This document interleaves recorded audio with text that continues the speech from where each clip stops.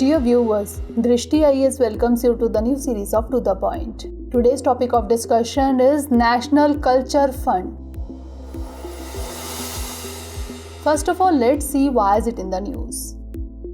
The Minister of Culture has informed Lok Sabha about the National Culture Fund. Now let's discuss about the NCF, that is National Culture Fund.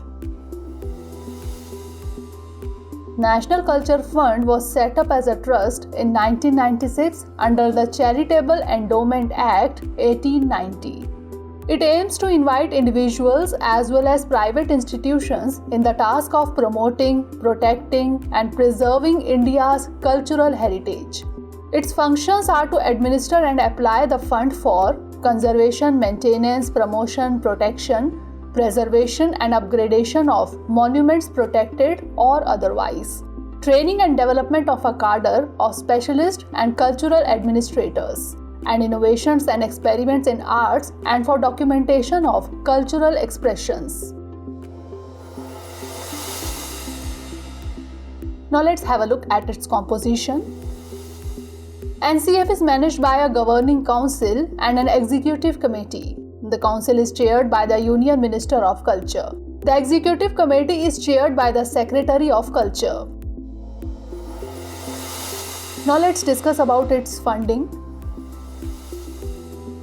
The nature of funding has been made very flexible under NCF. A donor or sponsor, while making contributions to NCF, may indicate a project along with any specific location or aspect. All projects undertaken by NCF are completed within a specified period. It is done in accordance with MOU signed by it with the concerned donor organization. The Union Government had granted a one-time corpus fund to NCF. Besides this, there is no fund allocated to it from the government.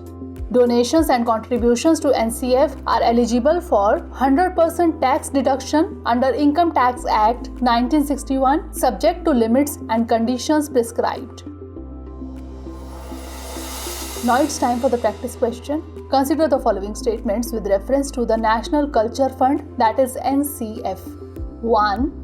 National Culture Fund or NCF was set up as a trust in 1996 under the Charitable Endowment Act 1890. 2. Donations and contributions to NCF are eligible for 100% tax deduction under Income Tax Act 1961, subject to limits and conditions prescribed. Which of the above given statement or statements is or are correct?